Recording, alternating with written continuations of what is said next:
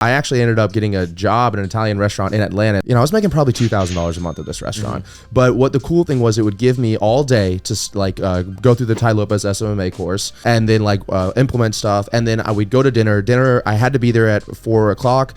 Dinner started at 6, or I think dinner started at 5. I'm sorry. Be there at 4, set everything up. Dinner started at 5. Nobody came to dinner between 5 and 6. So while everyone else was like just like looking down, glued to their phone, like on social media, Instagram, I had my whole laptop open and I was like in Facebook ads, watching YouTube videos. So I just took every second I had to try to build this business. The first client that set me on this whole journey, this girl that I was talking to at the time, because I hadn't talked to girls for like years, like a year and a half. I was like so focused. Her dad owned a plastic surgery clinic in Atlanta. I go to dinner with her dad. We're at her house, and I told nobody that I was doing this entrepreneurship thing. Like, because my dad wasn't doing anything disrespectful to me, but he made me feel like this was such a mistake. I was like, all right, I'm just gonna not tell anybody what I'm doing. I'm gonna become a millionaire, and I'm just gonna drive up to the next fucking like bar in my hometown in Ferrari and just like flick everybody else off.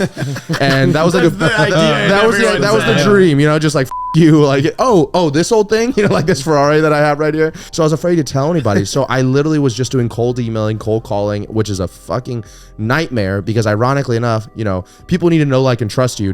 If you don't have any results at all, most of the time your first clients are going to be somebody that you know. That's why multi-level marketing companies tell you to go after your sphere of influence, and real estate agents, right? So I made the mistake of doing the opposite and going out, and they're like, why should I trust you? You don't have your results. So I was having dinner with this plastic surgeon, and I was like, bro, I have no money left. I was like probably 15 grand in debt on my credit card, my Discover card. And he's like, hey, honey, do you know anybody that does like social media marketing? Before she could say anything, I go, I can help you with social media marketing. He's like, you can? And I still remember this girl I'm talking to, she's like, you can? Like, even the girl I was talking to had no idea what I was doing. So I'm like, yeah, sure. So he's like, all right, why don't you draft up a proposal, come tomorrow, show me that. And I remember I literally I probably spent 15 hours creating this proposal for this guy. I audited his whole website, all of his social media. I set up the whole next 90-day plan. And like, I was practicing it in the mirror the night before. I'm like, I show up at the clinic. My blood's like boiling. I go in there, I sit down. He's like, all right, so what can you do? I was like, all right, so this is what I can do. And I start talking. He's like, you know what?